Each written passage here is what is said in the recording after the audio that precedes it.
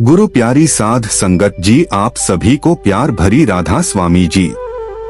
संगत जी, आपका हमारे YouTube चैनल महिमा अपार में स्वागत है जी। संगत जी, आज का यह सत्संग बहुत ही रोचक है और सत्संग के माध्यम से बाबा जी हमें यह संदेश देना चाहते हैं कि नामदान लेना कितना जरूरी है और नामदान में के पश्चात उस पर अमल करना उससे भी जरूरी है। संगत जी, आज के सत्संग की शुरुआत करते हैं। सत्संग को शुरू करने से पहले आप सभी संगत जी से विनती है कि सत्संग को शुरू से लेकर अंत तक पूरा जरूर सुने जी।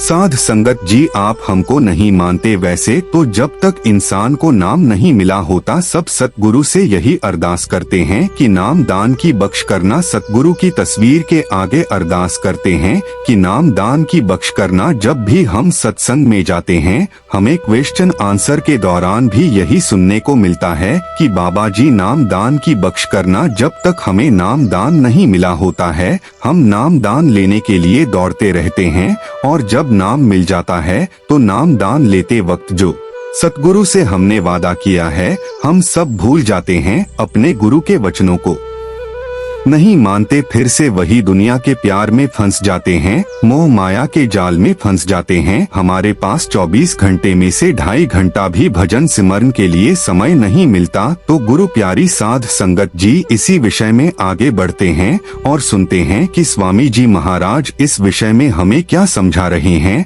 आप जी से विनती है कि सत्संग को ध्यान पूर्वक वे अंत तक जरूर सुने। सतगुरु जी दुनिया को उपदेश देते हुए कहते हैं कि पुरुष जो ताकत मुक्ति देती है, जिसको नाम कहते हैं, वह तुम्हारे हर एक के अंदर है, हर एक आदमी के अंदर है। मालिक बैठा हुआ है तो उसे उजालों पहाड़ों नदियों जंगलों में ढूंढता फिरता है। संत सतगुरु कहते हैं कि हे पुरुष, अंदर की आंख खोल, अंदर के कान खोल, शब्द को सुन, वह नाम है, वह सबकी जानों की जान है और सारी दुनिया के लिए एक है। चाहे हिंदू हो मुसलमान हो सबके अंदर है, यह दौलत है सबके अंदर, मगर इसकी आंखों के पीछे पर्दा लगाकर इसको बाहर निकाला हुआ है। दरवाजा तो बंद है, चाहे कह दो कि ताला लगा हुआ है। कहते हैं कि किसी महात्मा किसी गुरु या संत के पास जाओ, वह तुम्हारे कान खोल देंगे, वह तुम्हारा ताला खोल देंगे। जिस वक्त शब्द सुनाई देने लग जाए, जब अंदर रस आएगा, मन इंद्रियां काबू में आ जाएगी, शांति आ जाएगी, मन को तृप्ति मिल जाएगी। हमारे वेद शास्त्र उसकी महिमा करते हैं। जो तुम्हारे अंदर है वह बाहर ना पानी में है, ना पत्थरों में है और ना ही कागजों में है। हर एक आदमी की त्व जो बाहर मुखी है, इसे वापस उलटकर चलना है। जो त्व जो दुनिया के पदार्थों में जाती है उसको उल्टा लो और अंदर चढ़। यही तो कबीर साहिब समझाते हैं कि अब मन उलट संतान हुआ। कहते हैं कि जब मन उल्टा तो यह सनातन हो गया। भाव तो यह है कि जिस घर से आया था लौटकर उसी घर में चला गया। दुनिया में जितने महात्मा पैदा हुए, चाहे हिंदुओं में है, मुसलमानों में या किसी और में, वह धोखा देते आए हैं कि शांति देने वाली चीज केवल तुम्हारे अंदर है। अंदर जाओ, ऊपर चढ़, तब मिलेगा। जब तक रूह अंदर ना जाए नाम की लज्जत नहीं आती। चाहे करोड़ों साल बल्कि करोड़ों जन्म यहाँ बैठे रहो, जब तक रूह अंदर नहीं जाती मुक्ति प्राप्त नहीं होती। जब रूह रूहानी मलों पर जाएगी तभी उसे मुक्ति मिलेगी। इसलिए तो स्वामी जी महाराज कहते हैं, सत्संग करो बनाई गुरु कहो आंसर ना। कहते हैं अगर नाम की दौलत लेनी है तो सबसे पहले सतगुरु की सत्संग में सुनो, सत्संग में जाओ। सत्संग के बिना कुछ भी प्राप्त नहीं होता, बिना सत्संग के समझ नहीं आती और अंदर चढ़कर पर्दा नहीं खुलता। सारी गलतियां, सारे भ्रम, सारी गलतफहमी सत्संग से दूर होती है। बिना सत्संग अंदर की आंख नहीं खुलती। जब सतगुरु की शरण में जाओ फिर अपने आप को उसके ऊपर कुर्बान कर दो, यानी अपने आप को उसके हवाले कर दो। सतगुरु किसी को तकलीफ नहीं देता, वह वही हुक्म देगा जो इसके फायदे के लिए होगा। अब छोटा सा उदाहरण देते हैं कि माँ नहीं चाहती कि बीमार बच्चे को मिठाई दी जाए। हम बीमार हैं, सतगुरु वह चीज देगा जो हमारे फायदे की होगी। हम क्या करते हैं, अगर लड़का मर गया तो छोड़ो गुरु को, अगर मुकदमा हो गया तो गुरु को छोड़ दो। हम सब कुछ दूर दरगाह से लिखवा कर लाए हैं, वह ना बढ़ेगा और ना ही घटेगा। हमें तो यह समझ में नहीं आता, इसलिए तो हम गुरु को छोड़ देते हैं हमें चाहिए जो कुछ लिखवा कर लाए हैं उसको प्रेम प्यार से भोगे कहते हैं। अगर अंदर नाम की लज्जत लेनी है, नाम का रस लेना है, तो शराब कबाब दुनिया की लत, तो दुनिया के भोगों से नफरत करो। जितनी भोगों की चाहे है इसको दूर करो। अगर अंदर पर्दा खोलोगे तो लज्जत आएगी। जिसको मन को लज्जत लेनी है वह तो बाहर घूमता फिरता है। यही गुरु नानक देव जी फरमाते हैं कि जितने ऐशो इसरत है उतने ही दुख, जितने भोग उतनी ही बीमा कहते हैं। संसार समुद्र का ना तो इधर किनारा है और ना ही उधर किनारा, इसमें जी डूबा हुआ गोते खा रहा है। बिना गुरु के संसार समुद्र के पार कोई नहीं गया। गुरु क्या दवाई देता है कि तेरे अंदर नाम है, नाम की कमाई कर सूरत को शब्द के साथ जोड़ दे। बिना नाम के शांति नहीं आती, इसलिए तो हमारे साथ जाने वाली अगर कोई है तो एक नाम और दूसरा गुरु है। इस दुनिया की कोई चीज हमारे साथ नहीं जाती। अगर हम इंसान इस दुनिया के चीजों को अपना बनाने की कोशिश में लगे हुए हैं, इस दुनिया की चीज के साथ प्यार किए हुए हैं, जिसे अपना बनाना है उसे भूले हुए बैठे हैं। सतगुरु तो किए हैं मगर सतगुरु को छोड़े बैठे हैं, क्योंकि हमारे पास उनके लिए समय नहीं है। अब संत हमें जगाते हुए कहते हैं कि होश करो, अंदर जाओ, शब्द के साथ सूरत को जोड़ो, देखो फिर क्या होता है। कहते हैं एक हमारी रूह है, यह हजारों दुश्मनों से घिरी हुई है। हमारा पहला सबसे बड़ा दुश्मन तो मन है, फिर काम क्रोध लोभ मोह और हंकार यह डाकू है, फिर 5 ज्ञानेंद्रियां 5 कर्मेंद्रियां हमें माया ममता हमारी दुश्मन है। यही बार बार हमें दुनिया में लाते हैं। क्या कहते हैं रविदास जी, मीन भृंग पतंग कुंजर एक दुख विनाश, पंच दुख साथ जाही ताकि के काश। मृग को कानों का विषय होता है, शिकारी जंगल में जाकर नाक बजाते हैं। वह प्रेम में मस्त होकर शिकारी के घुटने पर सिर रख कर देता है, शिकारी उसे पकड़ लेता है। यानी कानों के विषय ने उनकी जान ले ली। मछली को खाने का विषय होता है, शिकारी कुएं आता है या गोसत लगाकर दरिया में फेंक देते हैं।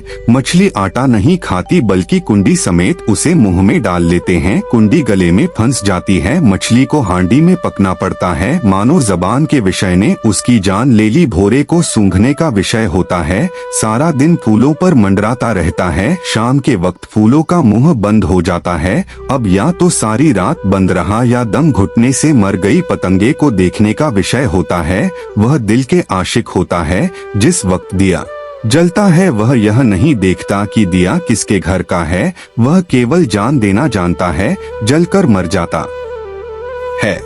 अब हाथी को देखो, उसको काम का विषय होता है। एक मैदान में खाई खोदकर उसके ऊपर पतली पतली लकड़ियां डाल देते हैं, ऊपर घास बिछा देते हैं, उसके सामने कागज की या कपड़े की हथनी खड़ा कर देते हैं। पीछे से हाथी को हथनी की आवाज में बुलाते हैं। वह काम के वश में होकर अंधों की तरह आता है और खाई में गिर पड़ता है। वहाँ कई दिन भूखा रहता है, फिर और हाथी लाकर उसे बाहर निकालते हैं। मानो काम ने उसकी मिट्टी पलीत कर दी। अब गुरु नानक देव जी कहते हैं कि जिनमें एक दोष यानी कमजोरी होती है वह नहीं बचे, जिनमें 5 दोष हैं उनका क्या हाल होगा। क्योंकि हम इंसान तो 5 दोषों से घिरे हुए हैं, काम क्रोध लोभ मोह अहंकार, यह हमारे अंदर भरे पड़े हैं। बेटे बेटियां मेरी मेरी, मेरा जमीन मेरी जायदाद मेरी दौलत, इसी अहंकार में आया और चला गया। इसको अहंकार ने खा लिया। तब खबर हुई जब मौत आई, चल भाई अब रोने से क्या बनता है। अब संत मौका देखकर फिर इसको खबरदार करते हैं कि उठ जाग, अंदर मन को राब कर। जब मन को अंदर खराब करोगे तब तुम्हारा मन बाहर के विषय विकारों को छोड़ेगा। वह शब्द से पहले ही धुन कर दे रहा है, फिर जब उसके साथ प्रेम प्यार करेगा उसमें कशिश है वह खुद। संगत जी, अब स्वामी जी महाराज उन लोगों के विषय में कह रहे हैं जो अपने गुरु के वचनों को नहीं मानते। ध्यान पूर्वक सुने, स्वामी जी महाराज की वाणी है। मन मन रे मन वचन एक मेरा, मैं तेरी दासी जन्म जन्म की तू हुआ। स्वामी मेरा कहता है कि मन मैं तेरी जन्म जन्म की दासी हूँ और तू मेरा पति है। करोड़ों जन्मों से मैं तेरे अधीन काम करती आई हूँ। मन तू त्रिलोकी का मालिक है, क्योंकि मन काल में से ही आया है और ब्रह्मा विष्णु शिव को दुनिया पूजती है। सारी दुनिया मन के हुक्म में है। ब्रह्मा विष्णु शिव तेरे ही चेले यानी कि शिष्य यह ब्रह्मा दुनिया को पैदा करता है, शिव मारता है और विष्णु पालता है। कहते हैं मुनि योगी यति सती सभी तेरे ही अधीन है, तू किसी के अधीन नहीं हुआ। मन योगी देवी देवता ऋषि मुनि सभी तेरे अधीन है, तेरा हुक्म कोई नहीं टाल सकता। जिसको तू चाहता है उससे खोटे खोटे कर्म करवाकर नरकों में ले जाता है, जिसको तू चाहता है भक्ति करवाकर वैकुंठ में ले जाता है, और जिसको तू चाहता है कि पूरा गुरु मिल जाए और 5 शब्द का भेद दे दे, वह कमाई करके ऊपर चला जाता है। जितने भी वेद ग्रंथ पोथियां न के लिए हैं, यदि मन मान जाए वह साथ चल पड़।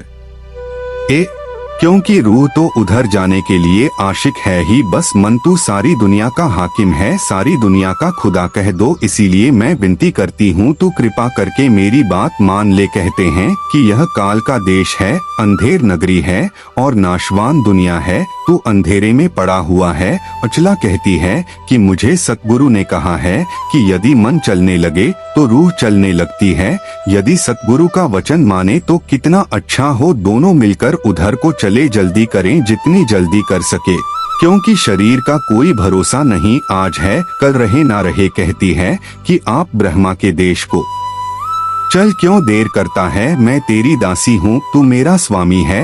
मन इंद्रियों के विषय विकार छोड़ दे, आंखों से सुंदर रूप देखना और जबान के अच्छे अच्छे भोग और बाकी इंद्रियों के भोग यदि तू छोड़ दे तो कितना अच्छा हो। कहते हैं कि तेरा मेरा जन्मों का रिश्ता है, जन्मों जन्मों का संग है, फिर मैं तेरी हूँ तू मेरा है, फिर क्या ही अच्छा हो, दोनों मिलकर चले। यदि तू मेरा कहना माने तो तू ब्रह्मा में चलकर ब्रह्मा में समा जाए, ब्रह्मा बन जाए। तू ब्रह्मा था, ब्रह्मा में से निकलकर आया है, तू फिर से ब्रह्मा बन जाएगा। फिर रूह कहती है कि सतगुरु ने मुझे हुक्म दिया है कि मन को साथ लेकर चल, क्योंकि ब्रह्मा तक दोनों को इकट्ठे जाना है। आगे फिर तू वहाँ से अपने घर को चली जाना। रूह कहती है मन मैं तेरे अधीन हूँ, तू मुझे बाहर ले फिरता है, और बात भी ठीक है कि यदि मन पसंद ना करे तो भजन कैसे बनेगा, चाहे रोए या पीटे। अगर मेरे कहना नहीं मानेगा तो पहले इतनी बार 84 लाख योनियों भोगी है, अब और भोग। मन तू मेरे ऊपर दया कर, मेरी विनती सुन। वह धुन हमारे अंदर मौजूद है, वह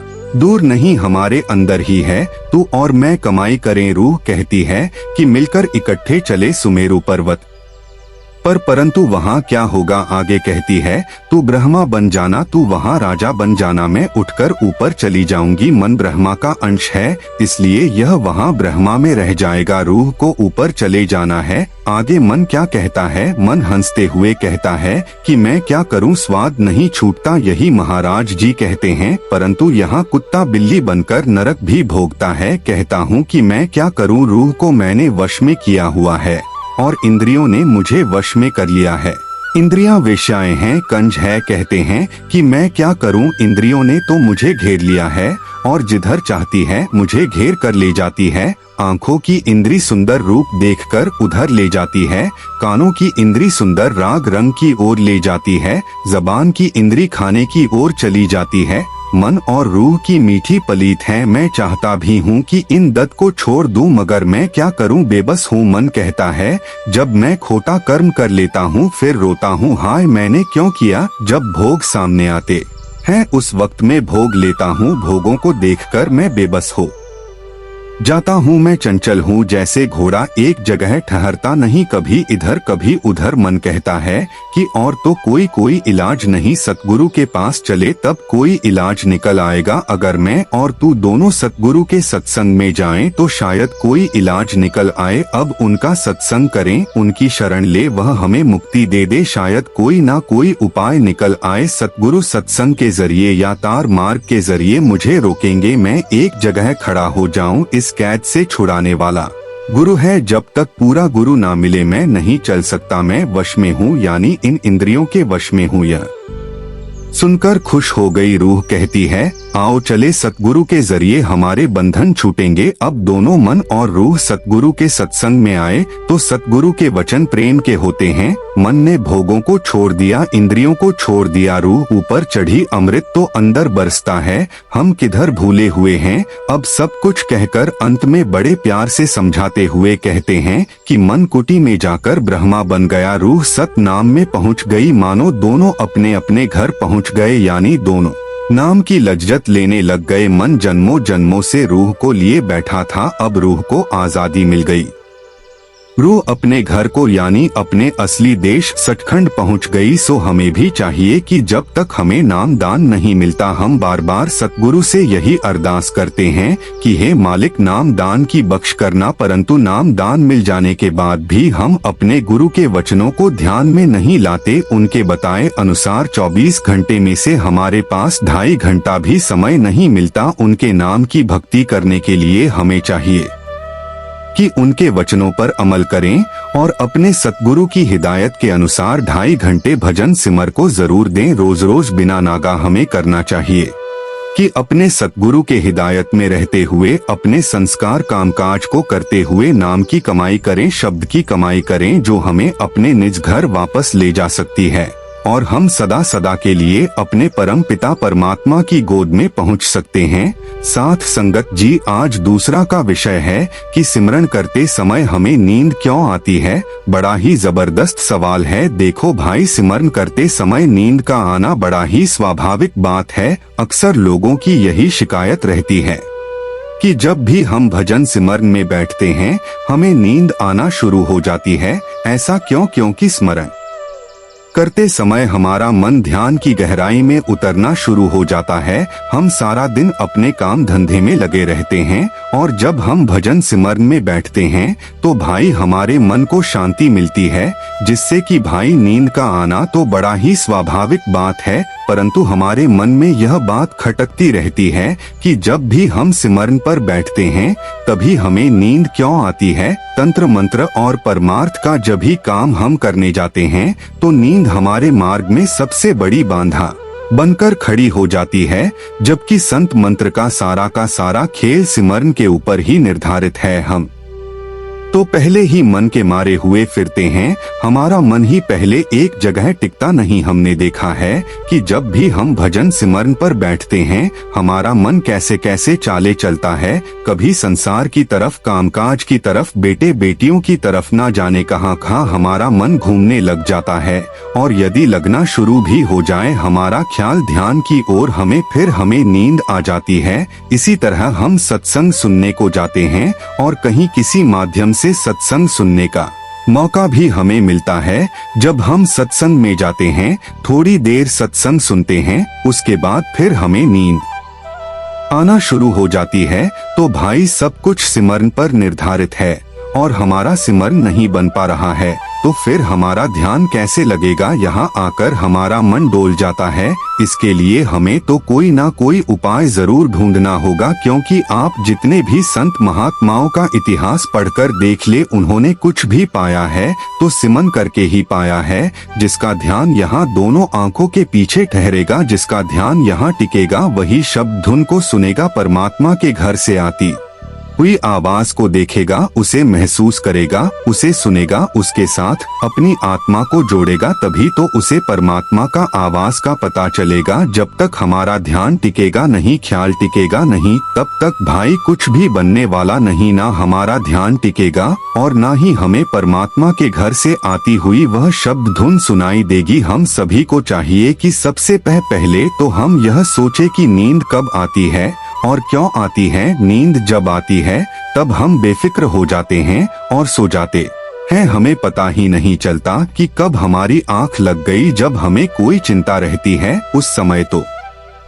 हमें नींद नहीं आती, जब हमें चिंता होती है तब हमें नींद नहीं आती। ध्यान रखिए, आपने कभी कभी बार यह भी महसूस किया होगा कि यदि आपको कोई अपने कारोबार की, परिवार की, समाज की या बाल बच्चों की फिक्र हो तो, चिंता हो तो क्या आपको नींद आती है? आपको नींद आ ही नहीं सकती। परंतु जैसे ही हम सिमरन करने बैठते हैं वैसे ही नींद शुरू हो जाती है। इसका भी एक अनुभव है जिसे हम खुद अपने आप में महसूस कर सकते हैं। हम कहते हैं कि जब हम छोटे थे हम दौड़कर भागकर जब थक जाते थे, खेलकर शाम को घर आते थे अपनी माता पिता की गोद में, जब हम सर रखते थे और हमें नींद आ जाती थी। ठीक इसी तरह जब हम सिमरन करने लगते हैं या हम सत्संग सुनने बैठते हैं तो जो सत्संग यानी सत्य का संग है, सत्संग यानी सत्य का संग का एक रास्ता है, हमें क्या होता है कि हम चिंताओं से मुक्त होने लगते हैं। या ऐसे कहिए कि जब जब हम सिमरन करने बैठते हैं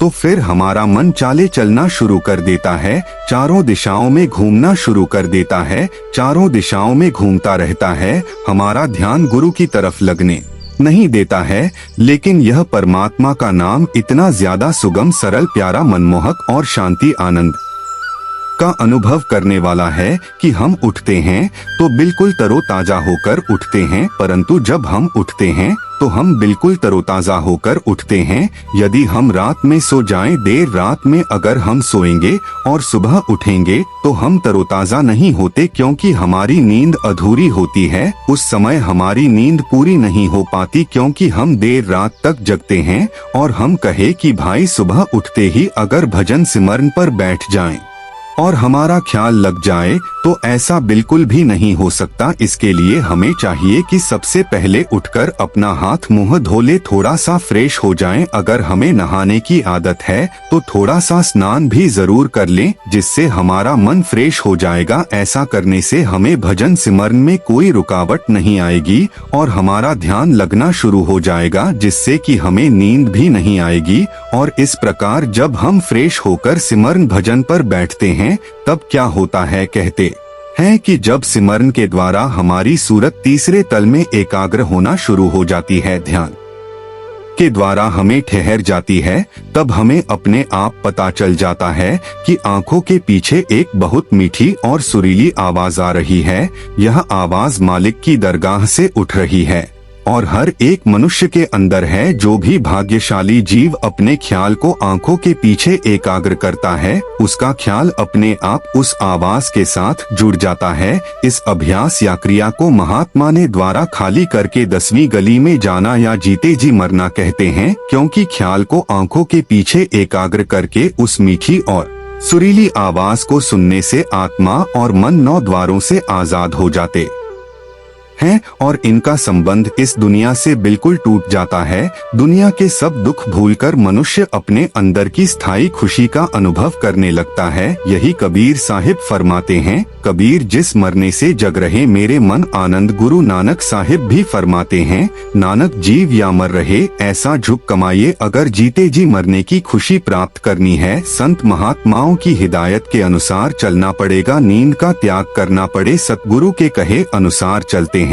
तब देखते हैं कि सतगुरु हमसे कोई भार उठाने के लिए तो नहीं कहते, कोई शारीरिक मेहनत के लिए तो नहीं कहते। वह तो कहते हैं कि तुम्हें जो नाम मिला है उसका सिमरन भजन करना है। रोजाना बस दुनियादारी के काम से परे होना है, आजाद होना है। इसके लिए हमें 2.5 घंटे भजन सिमरन पर बैठने की आवश्यकता है। भजन सिमरन में बैठ जाओ, फिर सुबह बैठो या शाम को, मगर बैठो तो जरूर, क्योंकि जो हमारे लेखे में लिखा जाने वाला है केवल भजन सिमरन और नाम की कमाई ही है। कई लोग दुनिया में ऐसे हैं जिनके पास बहुत धन दौलत है, पर यह धन दौलत तो वह अपने साथ नहीं ले जा सकते।